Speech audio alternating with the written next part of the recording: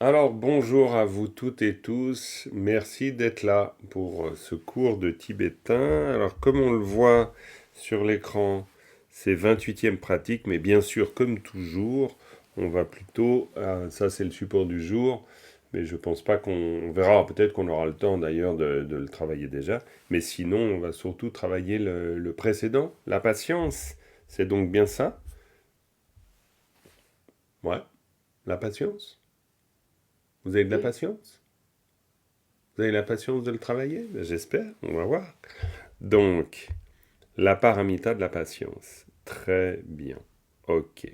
On va commencer par une prise de refuge et ensuite on s'y met. Sangye che tam tsoge cho nam la chung chuk paradu dani kyab suichi. Dage jin tsoge pe se nam ge drola penchi. Sangye drum parai sho. Très bien. Alors, paramètre de la patience. On va commencer comme d'habitude avec l'idée d'une restitution. Soit, bon, bah, celle-là, parce qu'il est question de travailler celle-là, mais ça peut aussi être une autre s'il y en a une particulière, une favorite, une que vous auriez apprise par cœur, n'importe. Donc, allez-y, ou celle-là. Donc, si c'est celle-là, ça peut aussi être par cœur, pour autant que ce soit appris par cœur, et sinon, une lecture. Et comme d'habitude, plusieurs fois, minimum 3 fois, je pense. Ça nous permet, pour la lectrice, le lecteur, de revenir sur le sens d'une manière plus concentrée, et pour nous, de pouvoir capter le sens de manière plus efficace. Qui s'y colle? Question classique. Qui veut bien se lancer dans cet exercice? Stéphane, ben c'est parfait. Alors Stéphane, on t'écoute. Donc tu lis tranquille, hein, tu essaies de penser vraiment à ce que tu récites, et puis nous, on essaie de comprendre ce que tu nous dis. Gewe Longte de Pe Gyalsela Ne Che Tante Rinchen Der Tong Tung Te Tir Kunla Chetre Mepai The Pagomba Gyalsela Kanye. Impeccable. Très bien. Alors, on va te faire relire encore 2 fois. Donc, vas-y tranquillement encore une fois. Nous, ça nous permet vraiment de construire le sens par le biais de l'écoute. On t'écoute. Gewe Longte de Pe Gyalsela Ne Che Tante Rinchen Der Tong Tung Te Tir Kunla Chetre Mepai Zepa Gyalsela Kanye. Impeccable. Est-ce que à la deuxième lecture, ça vous facilite la compréhension pour les uns les unes ou les unes les autres? Un peu, peut-être. L'idée étant toujours de capter en tout cas le sens de certains mots, certains groupes de mots, voire le sens complet bien sûr, hein. Bon, en même temps, vous avez la traduction dessous, ça peut aussi vous aider à vous remémorer. Mais on t'écoute encore une fois, Stéphane, toujours attentivement. C'est un vrai travail d'écoute consciente, hein. Gewe Longte de Pe Gyalsela Ne Che Tante Rinten Er Tang Tung Te Tir Kunla Chetre Mepai Zepa Gyalsela Kanye. Impeccable. Alors, c'est très bien lu. Peut-être, mais c'est une variation possible. Ce serait de dire Gewe longche de paix galse la, ou alors de le lire un peu plus. Parce que ce qui m'apparaît à la troisième lecture encore plus fort, c'est le Gewe longche de pas, hein, qui est vraiment un groupe de mots en soi pour histoire de capter ce Gewe longche de pas. En tout cas, je le sens comme un groupe de mots, hein, un groupe de sens de manière très claire. Gewe longtio de pas. Mais on va voir avec vos commentaires, avec justement la manière dont vous avez capté le sens de tout ça. Donc, je vous écoute. Qu'est-ce qui vous apparaît de manière immédiate?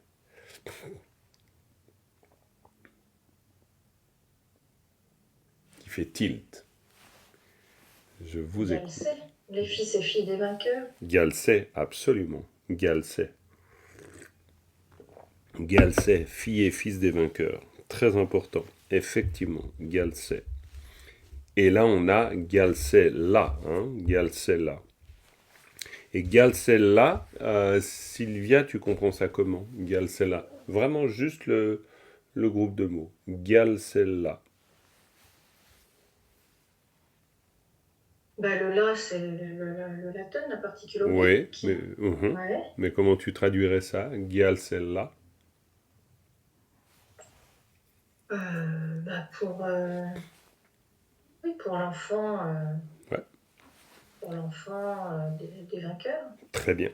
Pour les filles et fils des vainqueurs, Des pour l'enfant vainqueurs. des vainqueurs, tout à fait. Ce que j'avais envie de t'entendre, c'était de me dire effectivement pour. C'est-à-dire que le là a le sens de pour, hein, d'une manière très nette ici. On voit bien. En tibétain, encore une fois, on a juste une particule oblique. On n'a pas besoin de dire pour, on n'a pas besoin de dire vers, on n'a pas besoin de dire dans, ou en direction de, Beaujon parle de, on n'a pas besoin de dire en direction de. On dit toujours là, mais parce qu'on est dans un système de particules. Et donc pour nous, ce qui importe, c'est de transformer le galsé en lieu d'incidence. Mais pour nous, en français, galsé là, c'est vraiment pour les filles et fils des vainqueurs, tout à fait. Autre mot, groupe de mots qui apparaît de manière assez évidente pour vous. Gewe longche. Bravo. Gewe longche, gewe longche. Longche, on le trouve dans beaucoup de prières.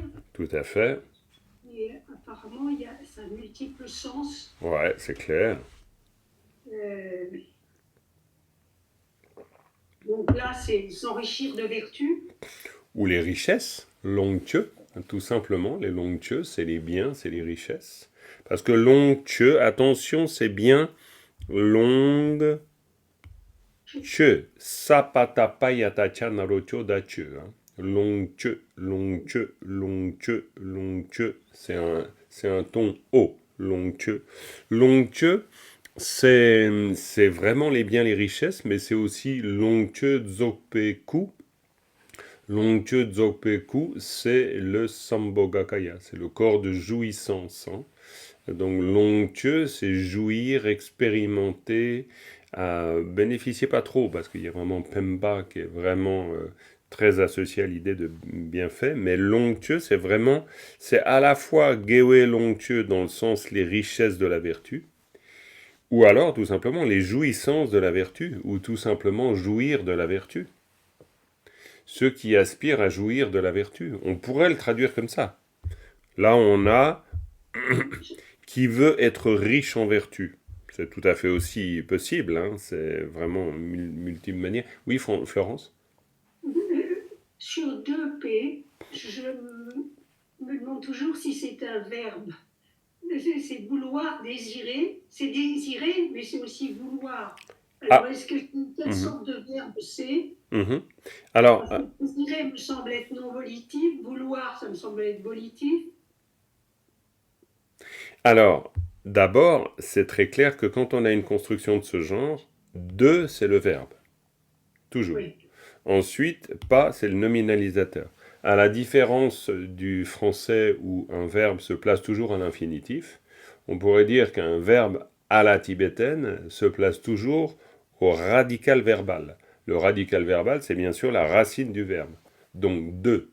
Ensuite, de peut devenir de pas pour dire désir, ou peut devenir, c'est un verbe non volitif, de guidou, donc je désire. De guilleux, est-ce qu'on pourrait dire on va quand même, je vais vite vérifier le type de verbe que c'est. Peut-être vous avez déjà d'ailleurs un bout de réponse, auquel cas il n'y a pas de problème. mais je vais juste regarder ce que nous dit notre cher Tony Duff, parce que notre cher Tony Duff va en général nous donner l'explication. Donc, Ça marche pas avec les copules existentielles uniquement si c'est un adjectif qualificatif. alors, c'est vrai, il y a tu as tout à fait raison, il y a une règle de ce genre, mais je ne suis pas très à l'aise avec cette règle. Ce qui fait que je ne veux pas vous induire en erreur. Je veux déjà vérifier ce que je vous disais, et effectivement, deux pas, c'est le fait de désirer, mais c'est un verbe non volitif, donc déjà là, je ne me suis pas trompé. Donc, maintenant,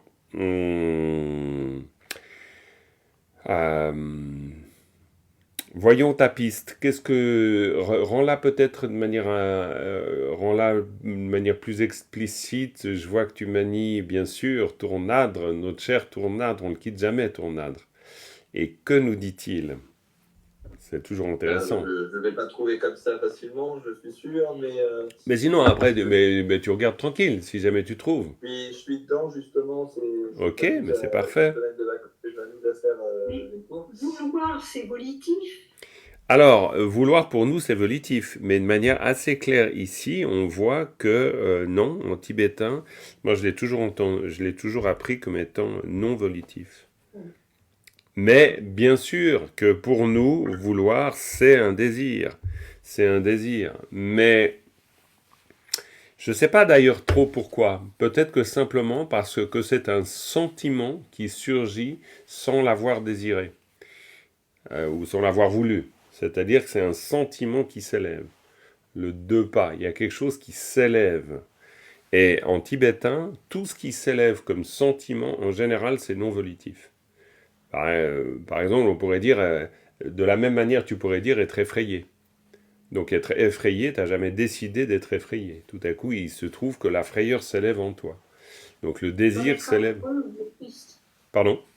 Comme être amoureux ou être triste. Exactement, comme être amoureux ou être triste. Donc c'est pour ça qu'il est traité comme un verbe non volitif. Mais évidemment, nous on vient d'une langue où, de la même manière que l'on peut dire pense, ce qui, du point de vue tibétain, est très particulier. On ne peut pas inviter l'autre à penser, du point de vue tibétain. On peut dire réfléchis éventuellement, mais on ne peut pas lui dire pense, s'il te plaît, pense-y. Non, on ne peut pas lui dire pense-y. Alors, c'est aussi une manière de formuler les choses en français. Mais on dira réfléchir, parce que réfléchis-y, oui, évidemment. Donc réfléchis à cela, parce que ça, c'est une action volontaire. Samlotang. Mais le fait de penser, sampa, ben non, c'est un acte non volitif. Parce qu'on ne désire pas particulièrement, on peut avoir envie de penser, mais la pensée, elle s'élève. Donc tout ce qui, encore une fois, indique quelque chose qui s'élève, comme le fait de penser, le fait de rêver, eh bien ça, nous on l'exprime à l'impératif, faites beaux rêves. Je vous ai souvent donné cet exemple, mais c'est un exemple très frappant. Faites beaux rêves. En tibétain, on peut souhaiter à l'autre de faire de beaux rêves. Hein. Minlam min parasho, minlam sangpo min parasho. Donc, puisses-tu voir s'élever de beaux rêves en toi. Ça, oui, on peut. Mais on ne peut pas commander à l'autre de rêver. Alors qu'en français, on peut. Donc, désirer, c'est le même principe. C'est-à-dire que le désir surgit. Mais c'est très intéressant, parce que vous vous rendez compte de la différence de monde mental dans lequel on se trouve. C'est-à-dire que même ici, et pourtant nous parlons des jouissances de la vertu, ou jouir de la vertu, ou être riche en vertu, comme nous dit la traduction de Padmakara, eh bien en fait, ce désir n'est pas réellement un désir volontaire. C'est quelque chose qui vient de la pratique. En fait, c'est une aspiration. Parce que deux pas, c'est vraiment pas loin de d'une pas. Et d'une pas, c'est vraiment l'idée d'une aspiration. On n'est pas loin de ça. Donc on n'est pas loin de l'idée d'un souhait. On n'est pas franchement dans l'idée d'un souhait, parce que sinon on dirait, on a un verbe pour ça en tibétain, souhaiter, donc voilà. Mais on n'est pas loin de ça. C'est pour ça qu'on pourrait très bien traduire, et ce serait juste par rapport au caractère non volitif du verbe, on pourrait très bien dire aspirer à. Donc quelqu'un qui tend vers. On pourrait d'ailleurs, comme une inclination hein, on est enclin à vouloir quelque chose. Donc il y a quelque chose en nous qui va dans ce sens. Est-ce que aspirer, est-ce que d'une part c'est volitif ou non volitif justement? Alors d'une part, ça va être pareil, c'est-à-dire ça sera non volitif parce que c'est quelque chose qui... Ouais. Mais maintenant, on peut aussi, on peut vouloir, hein, on peut vouloir, Ouais. par exemple, le même verbe de pas, on peut avoir le désir du dharma, hein, mais le désir du dharma nous fait, on pourrait dire que le désir du dharma nous fait prendre refuge est volontaire, évidemment. Mais est-ce qu'on peut décider d'avoir le désir du dharma? Ça, c'est une grande question. En tout cas, grammaticalement, les Tibétains semblent répondre qu'on ne peut pas décider d'avoir le désir de quelque chose. On a le désir de quelque chose. Cette discussion, ça rejoint exactement une discussion que j'avais avec une autre discipline de Rinpoché qui a beaucoup étudié avec, bon, avec d'autres maîtres. Et puis, parce qu'elle disait le Semchung, le facteur mental omniprésent, Sempa. Oui. Alors, je crois en tibétain, c'est comme on traduit ça souvent comme intention. Oui. Mais en fait, c'est le mouvement de l'esprit vers l'objet. Oui. Et puis, il n'y a pas l'idée d'une décision, d'une volonté. C'est très juste. C'est très juste. Mais Coucou Natalia, qui nous rejoint. Coucou. Ok, non, je t'écoute, Paldren. C'était juste pour accueillir Natalia. Mais dans le français et dans les mots anglais, français ou d'autres termes occidentaux dans lesquels on traduit, il y a toujours cette idée. Complètement. Ouais. Je pense que tu as tout à fait raison. Pour nous, c'est très très fortement lié à une intention volontaire, décidée, voulue. C'est clair. Mais là, juste pour redonner un peu de contexte à ce que nous dit Paldren, et c'est très intéressant, elle parle des Kuntu Jowanga. Les Kuntu Jowanga sont les 5 facteurs omniprésents parmi les 51 facteurs mentaux qui accompagnent tous les mouvements de l'esprit. Et c'est très intéressant de faire cette remarque parce qu'évidemment, un des 5 facteurs omniprésents, ça veut dire que c'est comme le roi avec ses ministres. Ça veut dire qu'il y a au moment de chaque mouvement de l'esprit, il y a 5 facteurs qui accompagnent tous les mouvements de l'esprit, dont Sampa. Et Sampa, c'est effectivement traduit par l'intention. Sampa, c'est traduit parfois par la pensée, etc. Oui, voilà. Et complètement. C'est aussi non volitif. C'est aussi non volitif. Complètement. C'est pour ça que... mais c'est presque logique. Pourquoi ? Parce que le fonctionnement de l'esprit, on pourrait dire que ce qui accompagne naturellement tous les mouvements de l'esprit, évidemment qu'on n'a pas besoin d'avoir recours à la volonté pour que ça se produise. Parce que sinon, ça voudrait dire qu'on devrait décider d'entendre un son, on devrait décider de voir une forme, on devrait décider d'éprouver un goût, etc. Et ce serait valable pour toutes les consciences sensorielles. Alors qu'en fait, les consciences sensorielles surgissent. Elles sont toujours... C'est pour ça que d'ailleurs, on va considérer que les consciences sensorielles ne sont pas présentes avant leur surgissement. Ça, c'est une différence majeure de compréhension. Et ça touche cette notion de catégorie verbale. Imaginez que vous avez une conscience sensorielle qui est toujours en veille. Donc ça veut dire que vous pouvez l'activer volontairement. Du point de vue bouddhiste, c'est pas du tout ce qu'on dit. Du point de vue bouddhiste, une conscience sensorielle n'est pas préexistante à l'expérience du sens. Elle surgit au moment où les différents facteurs permettent son émergence. Mais elle n'est pas là avant. Et ça, c'est une chose souvent qu'on oublie, parce que nous, on est très, très, très conditionnés par l'idée de... par exemple, quand on dit « je regarde », quand on dit « je regarde », on va penser que, et on n'a pas tort non plus, on va penser qu'on exerce notre regard sur quelque chose. Alors oui, dans ce cas-là, on utilise un verbe volitif. Mais le fait de la conscience visuelle, non. La conscience visuelle, c'est ce qui apparaît comme conscience visuelle, mais ce n'est pas du tout une décision de notre part. on peut ensuite se servir de notre capacité à regarder pour diriger cela de manière volontaire sur un objet, et dans ce cas-là, on utilise le verbe regarder et non plus le verbe voir. Mais on pourrait dire que la conscience sensorielle de la vue, elle voit. Mais elle voit de la même manière qu'une caméra voit, c'est-à-dire sans intention particulière. C'est juste un exemple, hein. C'est pas pour dire que c'est le même processus exactement, mais pour dire qu'il y a une forme de neutralité. Et en poussant un poil plus loin, c'est pour ça que, par exemple, Django Control va dire que c'est une première possibilité de reconnaissance de la véritable nature de la conscience. Parce qu'elle est neutre. Oui, Annie? Oui, comment ça marche la conscience visuelle dans les visualisations où il n'y a pas d'objet réel? Eh ben, en fait, c'est une très bonne question. Et à cette question-là, Tonggu Rinpoche, dans un texte... dans quel texte? J'ai lu ça l'autre jour, donc ça tombe bien. Je peux te donner une réponse, mais je ne me rappelle plus dans quel texte c'est. Mais en tout cas, il dit une chose, alors que je l'avais jamais lu ailleurs, et que je trouve particulièrement intelligente. C'est de dire, il est normal que dans une visualisation, on ne visualise pas toujours d'une manière très claire, parce qu'il s'agit de la conscience mentale, et non pas de la conscience visuelle. Et, ouais, et c'est super intéressant, parce qu'en fait, c'est pour ça que souvent c'est troublant, parce que notre image mentale, elle est plus floue que la conscience visuelle. Parce que la conscience visuelle, elle est faite pour voir d'une manière très nette. Bon, pour autant qu'on porte des lunettes comme moi, mais disons, à part ce petit gag pas très drôle, il est évident que la conscience visuelle voit d'une manière claire. Disons.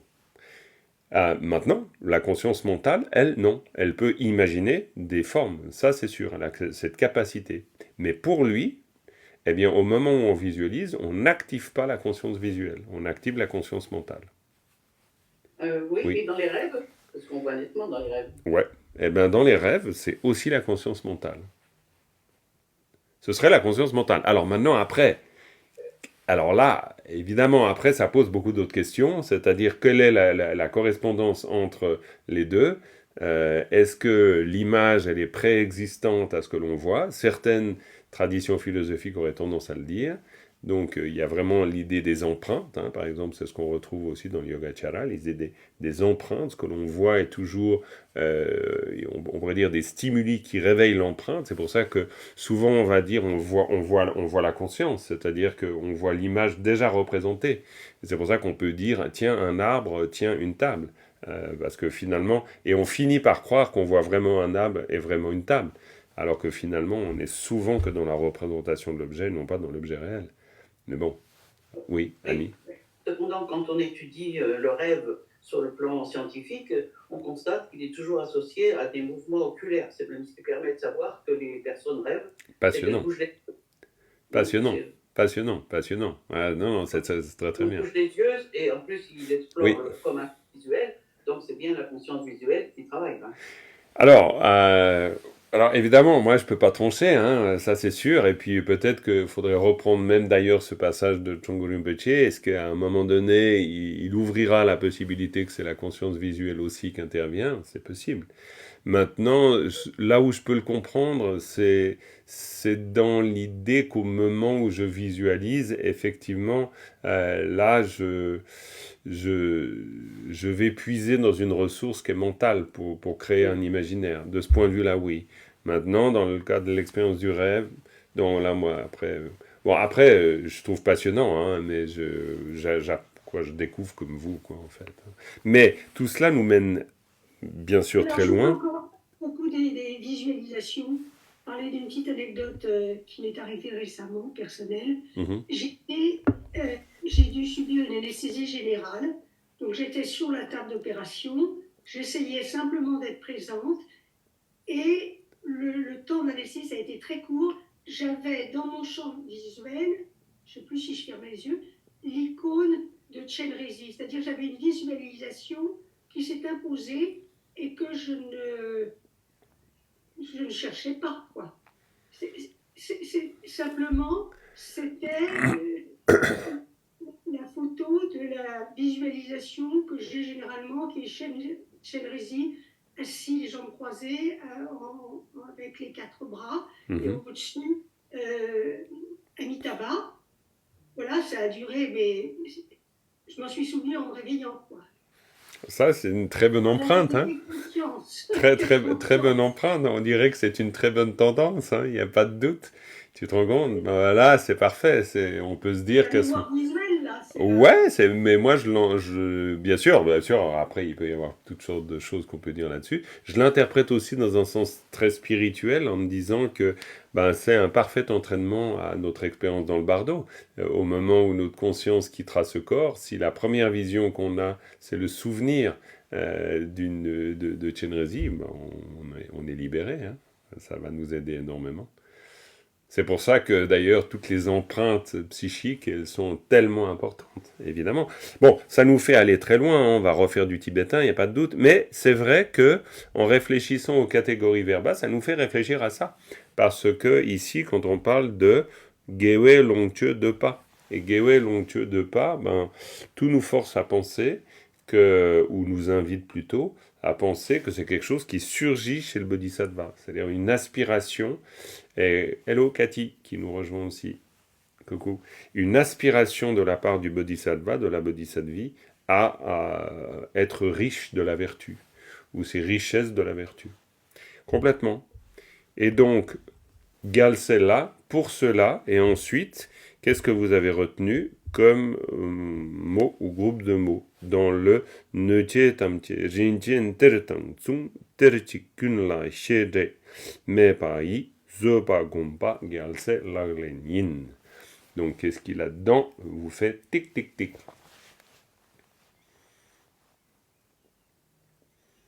Alors, Thibaut.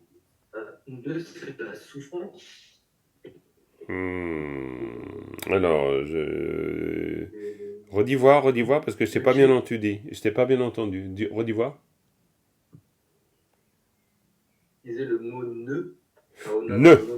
Ne. C'est la souffrance, il me semble. Alors, ne, c'est plutôt la nuisance. C'est plutôt la nuisance que la souffrance. Hein. Par exemple, si on veut dire, vous avez peut-être, vous connaissez les 3 actes nuisibles de l'esprit? Ça vous dit quelque chose? Vous les connaissez en tibétain? Non? Je vous l'ai dit? Bah, ça va peut-être vous dire quelque chose. Nesem, napsem, ou alors on peut les mettre dans l'autre sens. Napsem, nesem, lokta. Napsem, c'est la convoitise. Nesem, c'est le désir de nuire, ou l'intention de nuire, ou la malveillance, bien sûr. Et lokta, les vues erronées. Et on retrouve nesem. Et nesem, c'est le désir de nuire, ou c'est l'intention malveillante, ou la malveillance, tout simplement. Et c'est ce ne ici. Attention à ne pas confondre avec Kao. Non, c'est pas Kao en l'occurrence. Attendez voir. Ne. Le réceptacle, parce que si on dit ne tu, c'est la même chose. Comment c'est déjà? Est-ce que c'est pas Sanatananaronodane, il me semble. D'un coup, j'ai un petit doute. Mais c'est possible que ce soit ça. Et donc là, c'est un homophone, hein, clairement. Peut-être à la différence que le réceptacle, si mon orthographe n'est pas trop fausse, le son monte. Alors qu'ici, c'est ne. C'est plutôt, c'est une lettre basse, hein, le na. Mais c'est une lettre basse, en tibétain, ces lettres basses, si elles sont suffixées, souvent elles tirent vers le haut. Comme le nga. Si vous avez le nga pour dire je, vous dites nga. Mais maintenant, si vous avez le nga comme dans mantra, alors là, dans ce cas, vous écrivez nga. Et le son monte. Nga. Alors que si vous avez nga ka nga, la parole, hein, nga ka nga, nga, c'est le son bas. Donc voilà, juste c'est un petit rappel parce que souvent vous pouvez avoir oublié ce genre de choses. Mais disons qu'il faut normalement rester attentif à ça. Hein. Oui, Annie. Neujin, là, les esprits présents. Bravo, Neujin, bravo. Tout à fait. Les Neujin qui sont traduits parfois en sanskrit par, ça vous dit quelque chose? Rakshasa. Les fameux Rakshasa, hein, les Nujin. Alors les Nujin, c'est bien un truc, ça c'est vraiment une chose particulièrement bizarre en tibétain, parce que les Nujin sont à la fois clairement des créateurs d'obstacles, parce que Nujin, ça veut dire l'offrande du mal, hein, je veux dire, on va loin. Et en même temps, les Nujin sont des esprits puissants et que parfois on n'hésite pas à visualiser dans l'entourage de Sangemenla par exemple. Donc on est dans l'ambivalence, hein, et on est souvent dans l'ambivalence. Les Tibétains ont un terme pour l'ambivalence, vous le connaissez peut-être, il est très intéressant, c'est Hla-de, Hla-de, Hla-de. Vous avez déjà entendu parler de ça? Dans la tradition de Machi Labdrön, c'est très important, c'est les Hla-de. Et Hla-de, alors le meilleur, quoi le meilleur? Je ne dis pas que c'est le meilleur, mais disons l'astuce de traduction, moi j'appelle ça les esprits versatiles. Pourquoi? Parce que Lama Tongzang a toujours expliqué, et c'est très intéressant, que les Hla-de, c'est Hla pour ceux qui bénéficient des services de ces esprits, et c'est de, démon, pour ceux qui subissent les sévices de ces esprits. Mais c'est les mêmes. C'est-à-dire c'est les mêmes qui peuvent être bénéfiques pour certains et nuisibles pour d'autres. Et c'est la caractéristique des esprits mondains. Un esprit de sagesse primordiale, Yeshe et Yeshe Gelha, hein, pas Jikten Gelha, un esprit de sagesse, Yeshe Gelha, est toujours bénéfique. Même s'il peut même s'il peut être violent, même s'il peut être courroucé, il est toujours bénéfique. Donc ça, alors là, on rentre dans un trait culturel très très tibétain, on est bien d'accord.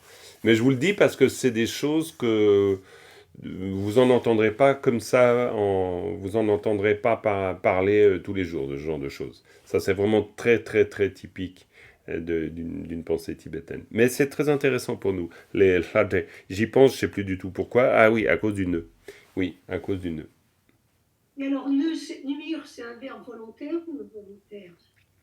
Normalement, ça devrait être un verbe volontaire. Maintenant, à moins qu'on parle d'une nuisance qui surgisse, mais ça me semblerait bizarre. Kaona narono dane, on va voir ne pas. Ouais, mais ben oui, c'est un verbe non volontaire. Hein. Ne pas, c'est dans le sens... Ouais, parce que de nouveau, c'est... Donc là, par exemple, Tonidov, vous le voyez, hein, là, peut-être, bon, vous voyez peut-être pas très très bien, c'est difficile. C'est « to do anything that causes hurt physically or mentally for another person or situation ». Alors pourquoi? Parce que c'est dans le sens, à moins que... il y ait deux possibilités, parce que des fois, il y a deux formes verbales pour un type de verbe. Mais non, malheureusement, là, on n'a que le verbe, là, vous le voyez, hein, vous avez trois formes, il n'y a pas d'impératif, donc forcément, c'est non volitif. Tu disais, Thibaut? Le V pointé au début, ça veut dire... c'est simplement parce que lui, Tonidov, il n'utilise pas la terminologie de volitif, non volitif, il utilise transitif, intransitif. Mais ça, c'est un grand débat pour les grammairiens. Est-ce que les catégories volitives ou non volitives se rapportent au transitif, intransitif? Là, je vous laisse lire le clair miroir quand vous avez une insomnie à 2h du matin, vous ne savez pas quoi faire, vous creuserez la question. Moi, j'ai jamais creusé la question définitivement. Je prends la catégorie volitive, non volitive, point terminé. Parce que alors après, ça me dépasse, évidemment. Hein, ça, j'ai pas de quoi argumenter sur oui, non, mais c'est quand même une transitivité. Ça, je peux pas vous dire. Mais par contre, je peux vous dire que VT, ça veut dire verbe transitif pour Tonidov. Pour lui, il a opté transitif. Mais le fait qu'on ait trois formes, très clairement, il n'y a que les verbes volitifs qui ont 4 formes. Ça, c'est une règle sûre. Ah ouais, Thibaut, parce qu'il n'y a que les verbes volitifs qui peuvent avoir un impératif. Et ça, c'est la caractéristique même d'un verbe volitif. Vous ne pouvez jamais trouver d'impératif pour un verbe non volitif. C'est ce que je vous disais avant avec le rêve. Nous, on le dit en français. Vous avez un impératif pour le verbe rêver. Vous ne l'avez pas en tibétain. C'est pas possible. Cela dit, ne, là, Parfait, parfait cette discussion. Regardez la construction. Ça, c'est ce que... alors, Tournadre parlerait certainement de synthème, ou synthème, même pas syntagme, synthème, c'est-à-dire un groupe de mots pour nous. Mais que fait-il, ce groupe de mots en tibétain? Ne et tché. Ben regardez, il associe clairement un volitif à un non-volitif. Et ça, on peut le faire. C'est-à-dire que les Tibétains ont le don de souvent construire des couples de mots ou des groupes de mots en associant un caractère non-volitif à un caractère volitif. Et du coup, ben, ça veut dire que vous faites du mal. Mais si on y réfléchit clairement, vous faites quelque chose, est-ce que ça va faire mal? Ben ça, vous ne pouvez pas le savoir. C'est-à-dire que c'est pour ça que c'est non-volitif. Parce que, encore une fois, ben, la nuisance, vous ne pouvez pas contrôler la nuisance.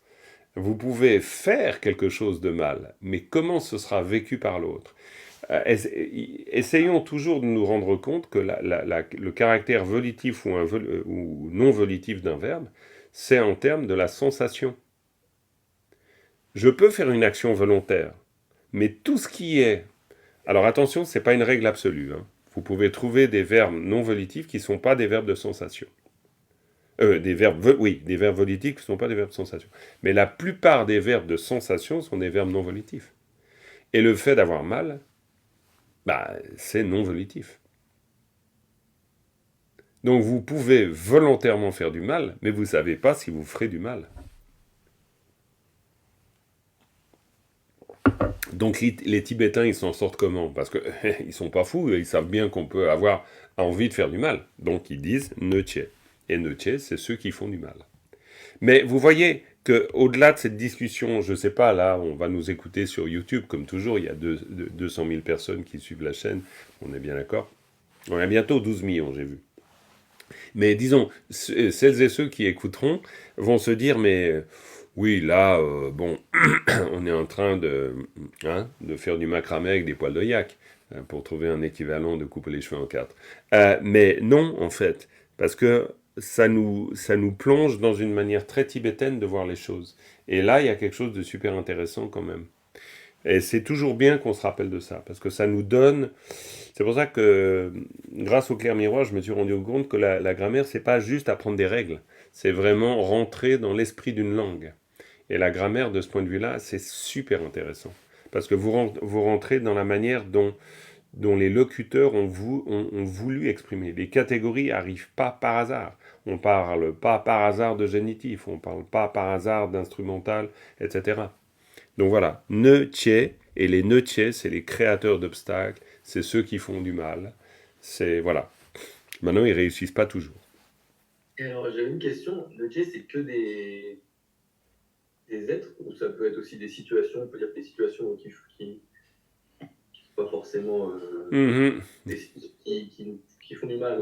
Ouais, moi j'aurais tendance. Alors, peut-être à prendre ça avec des pincettes, mais j'aurais tendance à penser, du fait du verbe tché, d'ailleurs, qui est un verbalisateur, la plupart du temps employé pour, justement, des actions commises par des êtres dotés de conscience.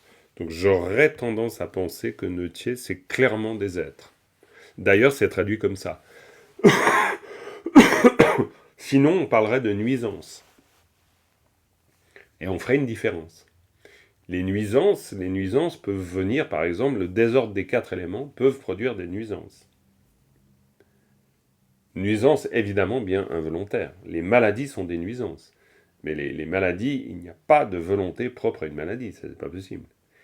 Un démon peut envoyer volontairement une maladie, mais la maladie elle-même n'est pas le fait d'une volonté. Donc ça serait ne pas, sinon. Ouais, ne pas, d'ailleurs, ne pas, ça, c'est traduit par... alors, comme un verbe, comme on le voit ici avant, on le montrait ici, ne pas, c'est dans le sens de verbe, mais on a certainement dans le sens de... là, on l'a pas dans le sens de nuisance, mais on l'a juste dans le sens de oui, ou alors oui, dans le sens de non, oui, bien sûr. C'est-à-dire harm, injury, hurt, damage. Donc tout ce qui va, ouais, ce qui pourrait être traduit par les dommages, ceux qui nous blessent, ceux qui nous font du mal, voilà, les nuisances, ouais, en gros, ouais, tout à fait. Ne pas, donc il n'y a pas de doute. Ne tiens ceux qui font du mal. Ne tiens tamtier. Ne tiens tamtier, donc tous ceux qui nous cherchent des poux dans la tête, hein, les ne tiens tamtier. On peut en avoir un certain nombre qui tournent autour de nous. Voilà, les ne tiens tamtier. Mais si nous sommes un bodhisattva, eh bien, rinchen tertang tsung. Et qu'est-ce que veut dire rinchen tertang tsung? Ça, c'est, disons, le jour où on arrive à voir ça comme ça, hein, on a fait beaucoup de progrès. Hein.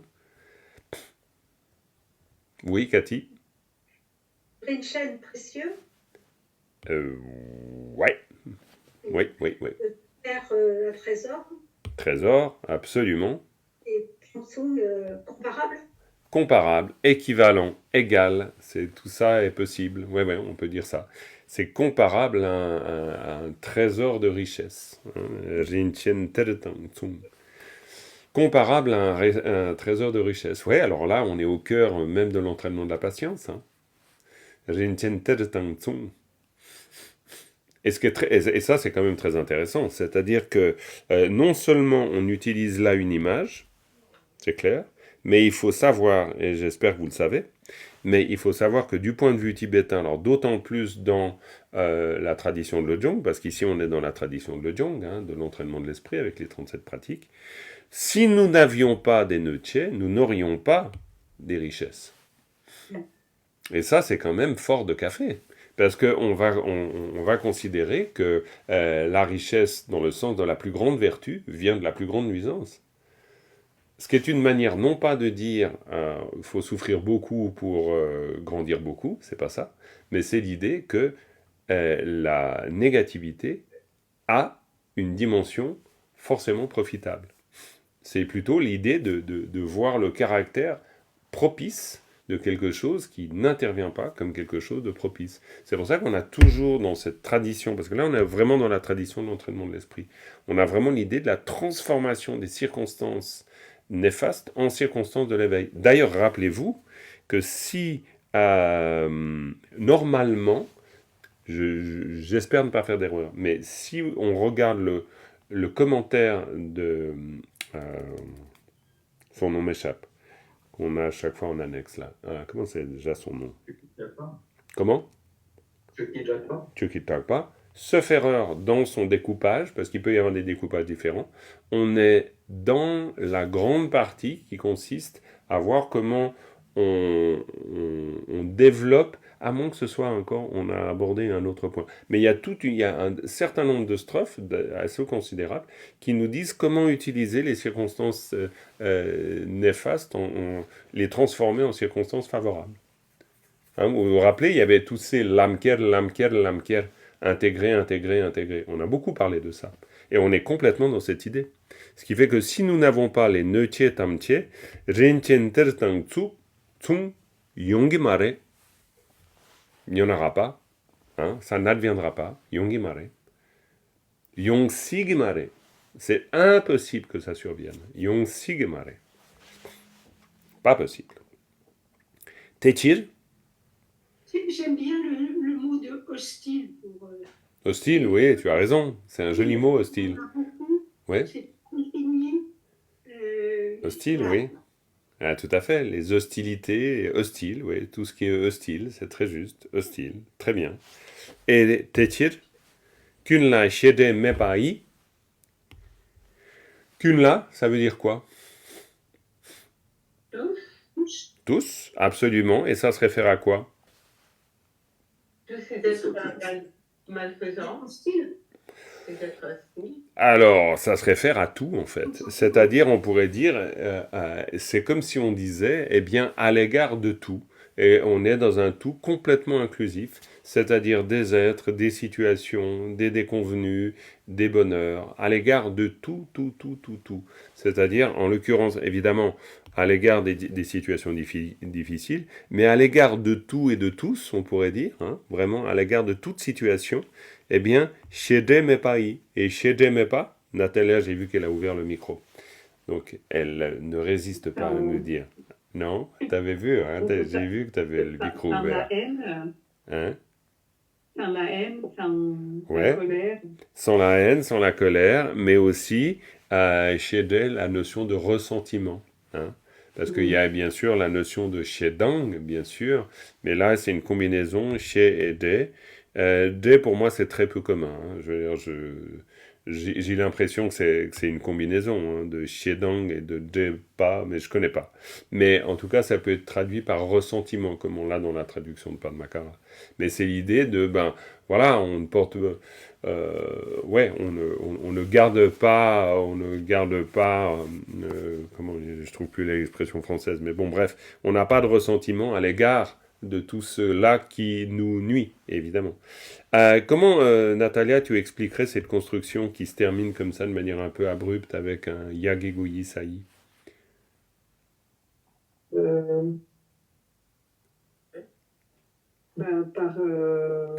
Vas-y, vas-y. Par l'absence de ce ressentiment. Bravo, par l'absence. Par l'absence, c'est très très bien, par l'absence. C'est-à-dire que par l'absence, pour indiquer la notion d'instrumental. Tout à fait.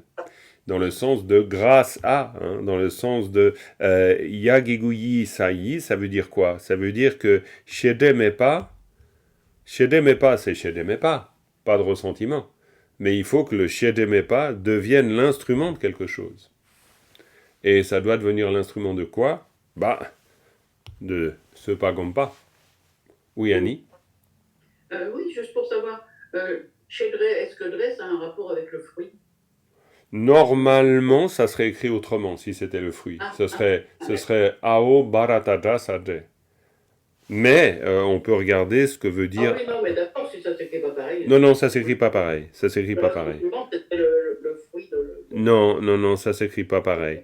Mais c'est vrai que je connais pas. Depa, là on voit la traduction, c'est un verbe, c'est to become, to turn angry or displeased because of finding something disagreeable, inappropriate. Donc voilà, on râle, hein, on râle. D'accord. Voilà, donc c'est...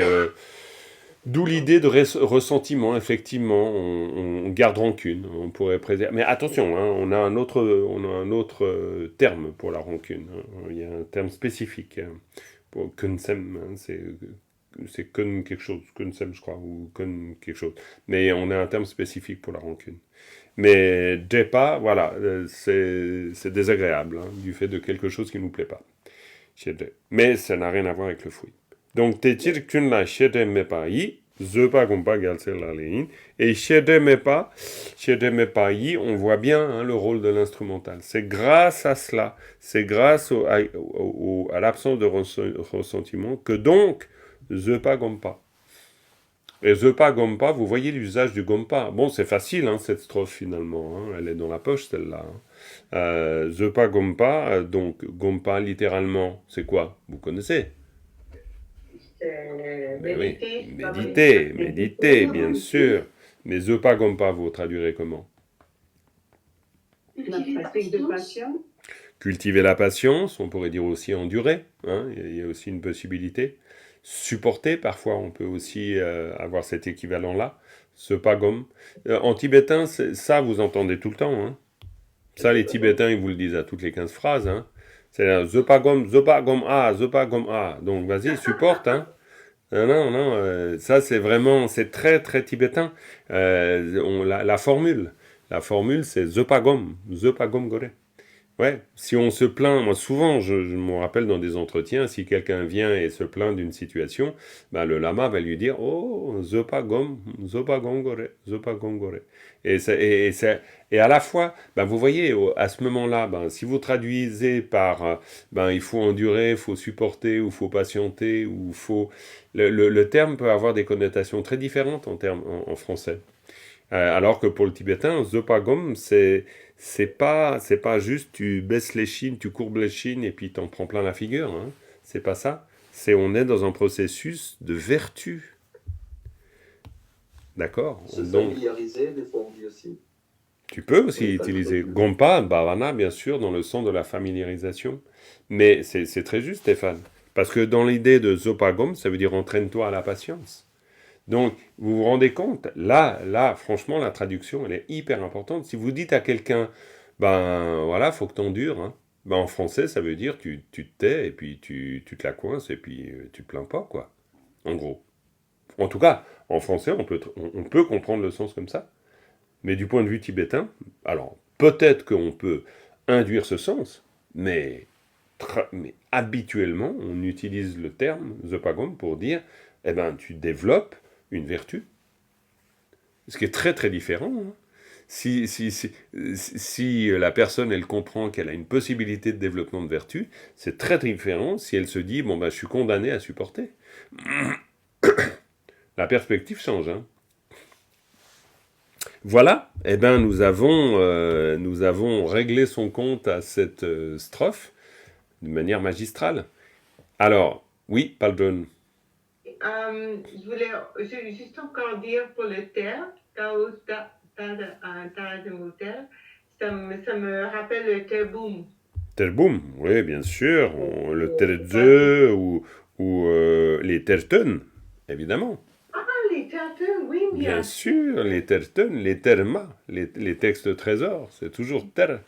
Hein, c'est un terme très très important, hein, ça c'est clair. Les Tibétains vont très souvent utiliser la notion de Ter, c'est les forces. Bien sûr, c'est tout ce qui est dans le sol, hein, c'est les richesses du sol. Ah, c'était telluriques. dans le sol. En général, alors attention, hein, il peut y avoir des termas qui sont des termas célestes. Hein. C'est vrai, oui. Ouais. Hein, il y a, Ah, oui.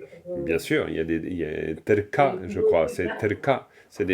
Oui, il y a des termas, il y a des textes trésors qui se trouvent dans l'esprit, qui se trouvent dans le sol, qui se trouvent dans l'eau, qui se trouvent dans les roches, qui se trouvent dans l'espace. Non, mais alors là, si on rentre dans ce que sont les termas, alors là, on n'en finit pas. Ça, c'est sûr. Qui nous relit cette strophe? Stéphane l'a lu 3 fois, donc qui d'autre pourrait la lire une fois? Vu que maintenant on l'a bien étudié, la lire comme ça, avec aisance, il peut y avoir plusieurs personnes, juste pour qu'on l'entende, avec plaisir. Allez, hop, on n'est pas timide. Vas-y Annie, je vois que tu as le micro ouvert. Eh oui, tu avais le micro ouvert, Annie. Oh oui, non, mais c'est pas la peine. C'est pas la peine. Bon, c'est bon, c'est bien passé toi. Hein. Allez, donc dans ce cas-là, 2 minutes, tu as le micro ouvert aussi. Eh oui. Bah oui, je suis ouvert pour ça. Ah. C'est très bien. C'était donc un acte volontaire. Ouais. Alors, on t'écoute. Gewe lonche de gyalsela neche tamche rinchetar tongsun Rinchen, attention au chen. Chadembu chen a chen. Rinchen. inten Rinchen, ter tang tsung. Ok, continue.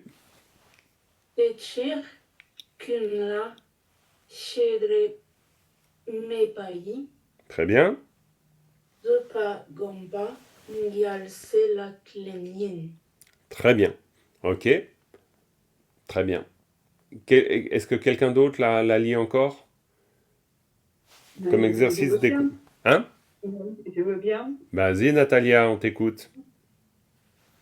Gewe longchu depe yelsela neche tamche rinchen tertansung hechir kunla chete mepai depe gompa yelse la glenyin. Impeccable. Très très bien, Natalia. Superbe. Est-ce que quelqu'un encore une fois? Thibaut? Ben, bien sûr, vas-y, vu que tu veux l'apprendre par cœur. T'as du retard, hein, sur l'apprentissage par cœur, là. T'as calé ou quoi? T'as calé, toi aussi, c'est dingue. Bah finalement, tout le monde a calé dans cette histoire. Moi, j'ai calé déjà il y a longtemps, hein, donc, mais toi, t'as calé aussi. Ah là là là là. Moi, je me suis dit qu'il y en a quand même un qui sauverait l'honneur de la petite troupe. Eh ben non, même lui, il a calé. Vas-y, Thibaut. Gewe lonche de Pegasena, neche tamche rinchen tertong tsung.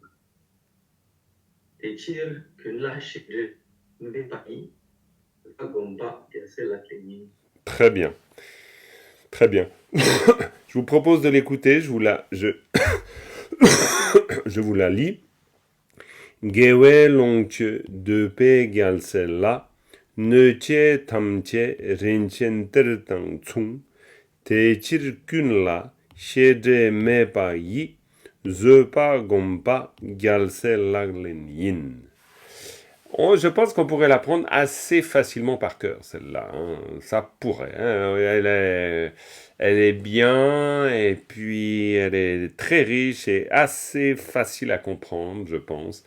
Donc, c'est parfait. Mais on a même un peu de temps. Ce qu'on peut faire, c'est qu'on va juste débroussailler la paramita du courage. Donc, on va le faire par le biais de la lecture.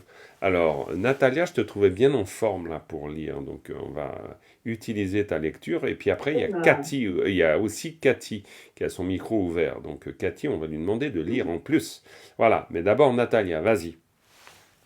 Alors on écoute celle que l'on va étudier pour la prochaine fois. Vas-y. Rangdan bashik dupe nyenramyam, gola meshor loktar Sentona, dokun döndü genten tumneki, tentu tomba gelse laglenin. Très bien. Rongten, rongten bashik, dupe nyenrang yang. Nienrang, c'est niente et rang sangué. Hein. C'est les deux, c'est les auditeurs et c'est les Shravaka et les Pratyeka Buddha. Hein, là, c'est une contraction du terme. Nienrang pour dire niente, tang rang rangel ou rang sangué. Hein. Gola, la tête. Gola, meshor, sans flamme. Ça, c'est une image très classique. D'agir très très vite à renoncer à la négativité aussi vite que l'on veut faire éteindre un incendie qui prend dans ses cheveux. Ou que l'on veut se débarrasser d'un serpent qui s'est mis sur nos genoux. Ces deux images classiques qu'on trouve dans les textes pour dire la diligence avec laquelle on agit pour contrecarrer le pouvoir des émotions négatives. Gola meshor doktar tsuntungna Drokun tentu. Tentu, c'est pour. C'est un mot que vous allez tout le temps trouver. Pour, quand vous voulez dire faire quelque chose, tietu, tentu. Les deux sont valables. Yunten jungne ki. Yunten, les qualités, bien sûr. Yunten jungne ki. Tsundu. Tsundu, tsundu, le courage, la diligence. Tsundu tsompa, gyalse laglein. Vous verrez que tsompa, ça va vous poser un petit peu de questions, parce que c'est un terme particulier. J'aurais pas pensé le trouver là forcément, mais c'est peut-être certainement une construction classique. Tsom pour dire débuter, c'est parce qu'en même temps c'est le verbe composer, donc ça n'a pas tellement de sens de composer ici, mais plutôt dans le sens de débuter une action. Cathy, tu nous la lis encore une fois quand même pour le plaisir? Essayez. Bien sûr. Grantan Bechik Drupe Nyanrongyang Gola Meshor Dokar Gantongna Drokun Antu Yunten Tumneki Gandru Tompa c'est la clénine. Absolument. Parfait. Donc vous allez voir, je pense que cette strophe, elle va glisser, couler de la même manière que les précédentes. C'est-à-dire que peut-être ce sera la bonne surprise de toutes ces strophes pour les 6 vertus transcendantes. Je pense que le sens est assez clair. Hein. Là, on a des images fortes, tout à fait classiques, des choses que vous connaissez mais alors beaucoup. Tong, il n'y a aucun problème pour vous. Nienrang, vous ne faites pas choper. C'est juste une contraction de niente et rang sangué. Rangten, on l'a déjà vu beaucoup. Hein. Rangten, c'est d'agir pour son propre bien. À la différence de Shenten, rappelez-vous, Shenten, Rangten. Ça, c'est deux mots. Quand vous voyez Rangten, essayez de vous souvenir du deuxième, parce que c'est des mots qui viennent toujours ensemble. Oui, Annie? C'est en rapport avec cette leçon, c'est avec la leçon de la semaine dernière où j'étais pas là, je l'ai écoutée après. Oui. Oui. et il était question de Tsultrim. Oui. Oui, et j'ai lu, alors je voulais une confirmation, quand il y avait deux expirés dans un mot, il n'y avait que la première qui comptait, on ne faisait pas pour la seconde. Alors c'est fort possible, c'est fort possible.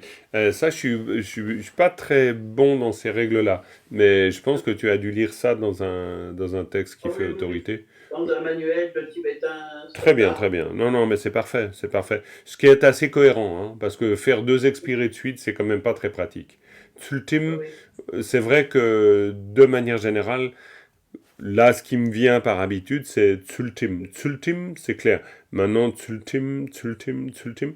Ouais, moi, j'aurais tendance à faire les deux expirés. Alors, je sais pas. Après, il faut...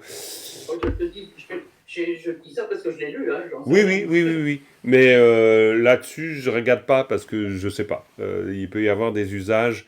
Tsultim... Je saurais pas te dire. Je saurais pas te dire. Non, effectivement. Oui. Tsultim... Ouais, alors après, c'est vrai que moi j'ai tendance à chaque fois forcer parce que c'est tellement peu commun pour nous de produire des soins expirés que j'aurais tendance à aller dans l'autre sens, c'est-à-dire mais par souci de vraiment expirer quand il faut expirer. Mais peut-être j'expire trop, allez savoir. Bon, tant que j'inspire, ça va, vous me direz. Très bien.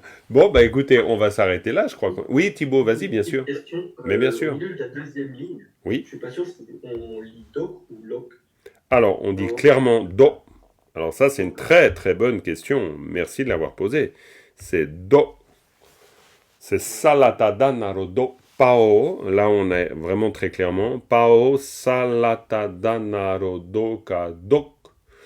Et dok, ça c'est un terme en tibétain très important. D'abord, salatada, parce que dawa, hein, clairement, Oui, la dawa. lune, hein, ça c'est sûr, salatada.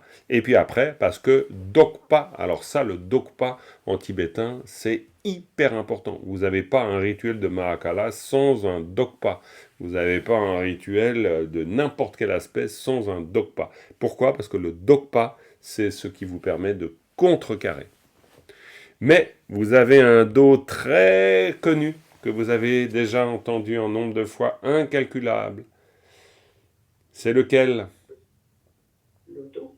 Bravo! Lo, do, nam, chi. Les quatre pensées qui détournent l'esprit du cycle des existences. C'est ce do. Voilà. Mais comme quoi tout le boulot, tout, pas tout, mais une grande partie du travail que maintenant vous pouvez faire, c'est ce qu'on fait ensemble, c'est de faire des liens. C'est-à-dire qu'au bout d'un moment, quand vous avez suffisamment de niveau de tibétain, vous pouvez commencer, comme d'ailleurs dans n'importe quelle langue, vous pouvez commencer à tisser des liens avec d'autres choses. Et là, ça s'enrichit, alors c'est exponentiel. Parce qu'au bout d'un moment, bah, évidemment, vous faites des tas de liens avec des tas de choses. Et puis vous avez votre vocabulaire qui s'enrichit automatiquement. Mais quand vous dites l'odo namshi, c'est pas autre chose. Quand vous dites un dokpa, c'est pas autre chose. Ok? Très bien. On termine avec une dédicace. Sonam de tamje zingpani tumne nyebe dranam pamje ne kegana chibala tupa yi sipe tsole dowa dolwarai sho. Voilà les amis, merci beaucoup. J'arrête là l'enregistrement.